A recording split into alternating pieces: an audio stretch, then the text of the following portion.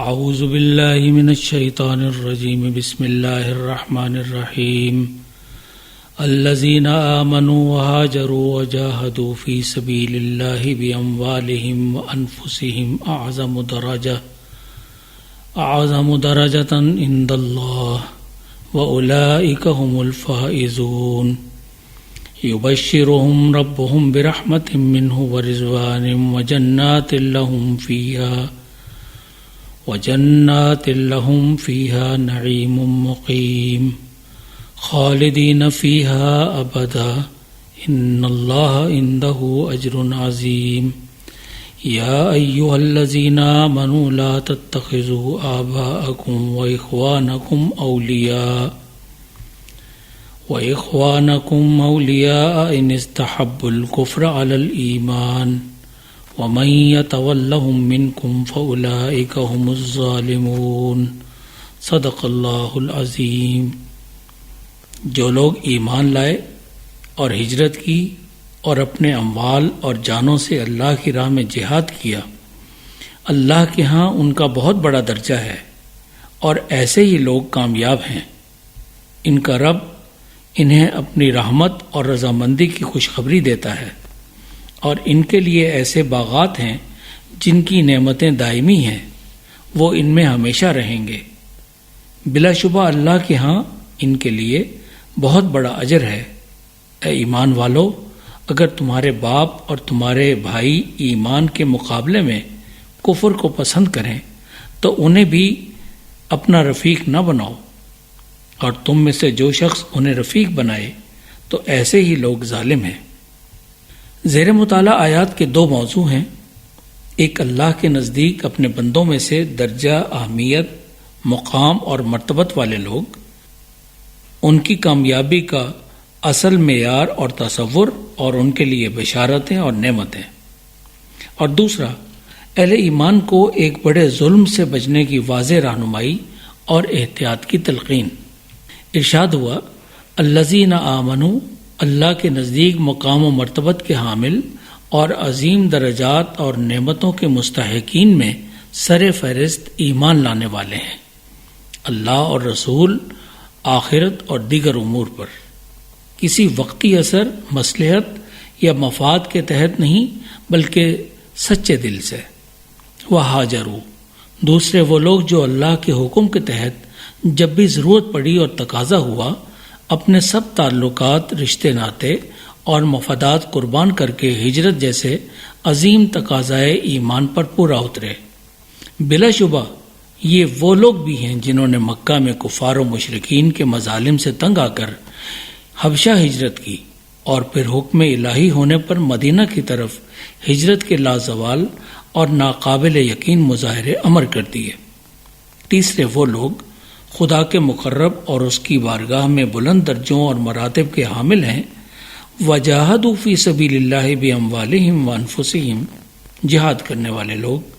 جہاد کی تین جہتیں واضح کر دی گئیں۔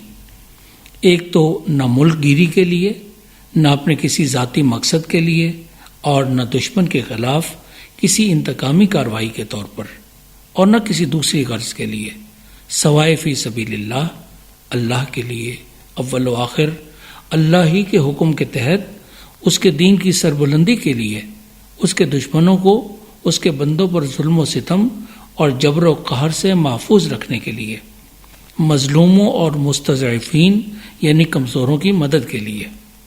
جہاد کو ایمان کی بلند ترین منزل قرار دیا گیا۔ سیدنا ابو ہریرہ رضی اللہ تعالیٰ عنہ کی روایت کے مطابق ایک شخص کے سوال کے جواب میں سرکار رسالت مآب صلی اللہ علیہ وسلم نے فرمایا کہ جہاد کے ہم پلہ کوئی عمل نہیں۔ سیدنا ابو سعید خدری رضی اللہ تعالیٰ عنہ سے مروی ایک حدیث بخاری نے نقل کی ہے کہ سرکار صلی اللہ علیہ وسلم نے سب سے افضل اس شخص کو قرار دیا جو اللہ کی راہ میں جان و مال سے جہاد کرتا ہو۔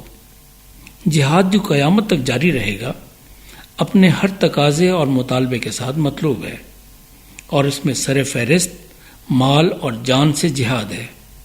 مال سے جہاد کرنا آسان ہے، مگر جان کا نذرانہ پیش کرنا مشکل ہے۔ مگر جو شخص اللہ کی بارگاہ میں اعظم درجۃ عند اللہ کا حقدار بننے کا خواہاں ہو، اسے دونوں مشکل مرحلوں سے گزرنے اور ہر قسم کے جہاد کے لیے تیار رہنا چاہیے۔ جہاد کا موقع نہ بھی میسر ہو تو بھی شہادت کی تمنا اور جہاد کی طرف سے سرشار رہنا ایمان کا تقاضا ہے۔ اولئک ھم الفائزون، قرآن نے انہی لوگوں کو اصلی اور حقیقی کامیاب و کامران قرار دے کر فوز و فلاح کے حقیقی تصور کو اجاگر کیا اور اس کے اہل لوگوں کو اور ان کے مطلوب کردار کی وضاحت کر دی، اور انسانوں کے قائم کردہ فلاح و فوز کے خود ساختہ ہر تصور اور کردار اور اعمال کی نفی کر دی۔ ایمان، ہجرت اور جہاد جیسے بلند اور مطلوبہ اعمال کرنے والوں کو 3 بشارتیں دی گئیں جن کے پورا ہونے میں کوئی شک ہے نہ بے یقینی۔ 1، برحمت من، دنیا اور آخرت کے ہر معاملے اور کام میں رب کریم و رحیم کی خاص رحمتوں کا نزول۔ 2، ورضوان، اللہ کی رضا اور خوشی۔ ظاہر ہے جو نہ کافروں کو حاصل ہے نہ مشرکوں کو اور نہ ہی منافقوں کو، اور جسے مالک ارض و سما کی رضامندی حاصل ہو جائے اسے اور کیا چاہیے؟ اس سے بڑی نعمت ہے نہ منزل۔ ورضوان من اللہ اکبر، اللہ کی رضا ہر شے سے بڑی اور گراں قدر ہے۔ اور تیسری بشارت، وجنات لہم فیہا نعیم مقیم خالدین فیہا ابدا ان اللہ عندہ اجر عظیم۔ اللہ خود پر، اپنے رسول پر مخلصانہ ایمان لا کر جہاد اور ہجرت کے ہر تقاضے کو پورا کر کے سرخرو اہل ایمان کو بے شمار نعمتوں والی جنتوں میں ہمیشہ ہمیشہ کے لیے ٹھہرائے گا۔ ان کا خوب اکرام اور اعزاز ہوگا، ان کی اندیکھی انچاہی ضیافتیں ہوں گی۔ جنت کی کچھ بشارتیں تو اعلان کردہ ہیں اور کچھ کی خبر نہیں، نہ جانے اللہ ان کی وفاداریوں کے صلے کے اجر عظیم کے طور پر کیا کیا نعمتیں انہیں دے گا۔ دوسرا موضوع اہل ایمان سے ایمان کے ایک اور عملی مظاہرے اور تقاضے سے مطلع کرنا ہے۔ سچے اور مخلص اہل ایمان کو اپنے غیر مومن و مسلم عزیز و اقارب، ماں باپ اور بھائیوں سے بھی کنارہ کشی اور قطع تعلقی کرنا پڑے گی۔ لا تتخذوا آباءکم و اخوانکم اولیاء، اگر وہ کفر و شرک پر مصر رہیں، اللہ اور رسول کے مقابلے میں اسے پسند کریں اور ترجیح دیں، تو پھر انہیں بھی قربان کر دینا ہی محبت خدا اور رسول کا عین تقاضا اور مطالبہ ہے، اور اہل ایمان کے حقیقی ایمان کی تکمیل کا بڑا مظہر قرار پاتا ہے۔ سیدنا عمر رضی اللہ تعالیٰ عنہ نے ایک بار سرکار عالی مرتبت رسول اللہ صلی اللہ علیہ وسلم سے فرمایا، یا رسول اللہ صلی اللہ علیہ وسلم، آپ مجھے اپنی ذات کے سوا ہر شے سے زیادہ محبوب ہیں۔ فرمایا، تمہارا ایمان مکمل نہیں۔ پھر سیدنا عمر رضی اللہ تعالیٰ عنہ نے فرمایا، آقا آپ صلی اللہ علیہ وسلم مجھے اپنی جان سے بھی زیادہ عزیز و محبوب ہیں۔ فرمایا، ہاں اب تمہارا ایمان مکمل ہو گیا۔ جو مومن اللہ اور رسول صلی اللہ علیہ وسلم سے محبت کا دعویٰ تو کرے مگر اپنے ماں باپ، عزیز و اقارب، رشتہ داریوں، ذات برادری، مفادات و مصالح کو ترجیح دے، قرآن نے انہیں بھی ظالم ہی قرار دیا۔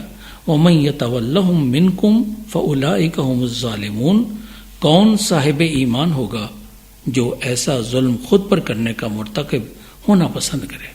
This program is the sole property of Pakistan Broadcasting Corporation, Islamabad. Piracy in this regard is illegal.